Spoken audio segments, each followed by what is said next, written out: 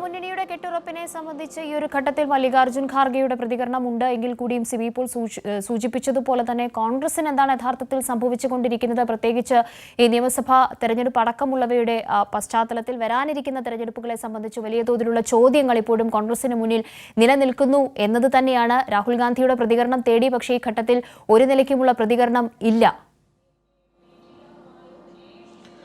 തീർച്ചയായും കാവ്യ, ഇന്നിപ്പോൾ ഈ ഒരു നിതീഷ് കുമാർ രാജിവെച്ചതിന് ശേഷം കോൺഗ്രസിലെ വിവിധ നേതാക്കളുടെ പ്രതികരണം ഉണ്ടായിരുന്നു. അതിൽ ഏറ്റവും പ്രധാനപ്പെട്ട ആദ്യം തന്നെ പ്രതികരണം തേടിയത് രാഹുൽ ഗാന്ധിയിൽ നിന്നായിരുന്നു. രാഹുൽ ഗാന്ധി ഇപ്പോൾ ബംഗാളിലെ ബാഗ്ഡോഗ്രയിൽ അദ്ദേഹം അവിടെ ഈ ജോഡോ ന്യായ യാത്രയുടെ ഭാഗമായി അവിടെ എത്തിയിരിക്കുകയാണ്. അപ്പോഴാണ് അവിടെ വെച്ചാണ് ഈ ഒരു കാര്യം ചോദിച്ചത്. പക്ഷേ രാഹുൽ ഗാന്ധി പ്രതികരിക്കാതെ പോകുന്ന ഒരു കാഴ്ചയാണ് നമുക്ക് കാണാൻ കഴിഞ്ഞത്. ആ ദൃശ്യങ്ങളെല്ലാം തന്നെയും നമ്മൾ കൃത്യമായി നമുക്ക് കാണാൻ കഴിഞ്ഞു. മാത്രമല്ല, ഇപ്പോൾ കോൺഗ്രസിൻ്റെ ദേശീയ അധ്യക്ഷൻ മല്ലികാർജ്ജുൻ ഖാർഗെ, അദ്ദേഹമാണ് ഇന്ത്യ മുന്നണിയുടെ നേതൃത്വത്തിലുള്ള ആൾ. ഇപ്പോൾ അദ്ദേഹം പ്രതികരിച്ചത് ഈ പോയവർ പോകട്ടെ എന്നുള്ളൊരു പ്രതികരണമാണ് അദ്ദേഹം നടത്തിയത്.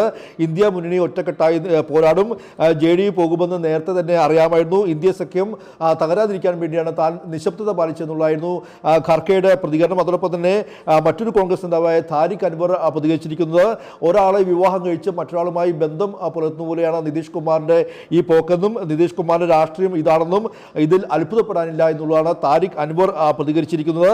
അങ്ങനെ അത്തരത്തിൽ വിവിധ കോൺഗ്രസ് നേതാക്കളുടെ പ്രതികരണവും വന്നിരിക്കുന്നു. എങ്കിൽ പോലും ഇതിൻ്റെ യാഥാർത്ഥ്യം എന്ന് പറയുന്നത് ഇന്ത്യ സഖ്യം രൂപീകരിക്കാൻ വേണ്ടി BJPക്ക് എതിരായി വരുന്ന ലോക്സഭാ തെരഞ്ഞെടുപ്പിൽ ഈ ഇന്ത്യ ഒരു പ്രതിപക്ഷ ഐക്യം രൂപീകരിക്കാൻ വേണ്ടി മുന്നിൽ നിന്ന ആളാണ് നിതീഷ് കുമാർ. ഈ നിതീഷ് കുമാർ ഇന്ത്യ സഖ്യത്തെ തന്നെ പ്രഖ്യാപിച്ചതും ബീഹാറിലെ പട്നയിൽ വെച്ചായിരുന്നു ആദ്യം പ്രഖ്യാപനം നടന്നതും. ഈ നിതീഷ് കുമാർ തന്നെ ഇന്ത്യ മുന്നണിയിൽ നിന്നും വിട്ടുപോകുന്നൊരു സാഹചര്യം ഉണ്ടാകുന്നു. മാത്രമല്ല, പലതവണ ഇന്ത്യ സഖ്യം ഈ ഒരു കോൺഗ്രസ് അടക്കമുള്ള പാർട്ടിയിലെ കോൺഗ്രസ് നേതൃത്വം ഇത്തരം ഇന്ത്യ സഖ്യത്തിന് വേണ്ടി ഒന്നും ചെയ്യുന്നില്ല, അല്ലെങ്കിൽ ഒരു യോഗങ്ങൾ പോലും വിളിച്ച് ചേർക്കുന്നില്ല എന്നല്ല തന്നെ നിതീഷ് കുമാർ നേരത്തെ തന്നെ പലപ്പോഴും പരാതികൾ പറഞ്ഞിരുന്നു.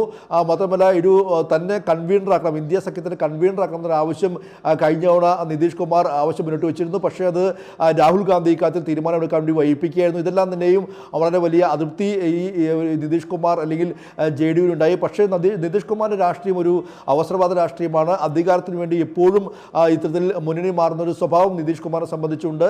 നമുക്കറിയാം, 2014 വരെ NDAയുടെ ഏറ്റവും വലിയ സഖ്യകക്ഷിയായി നിതീഷ് കുമാർ നിന്നു.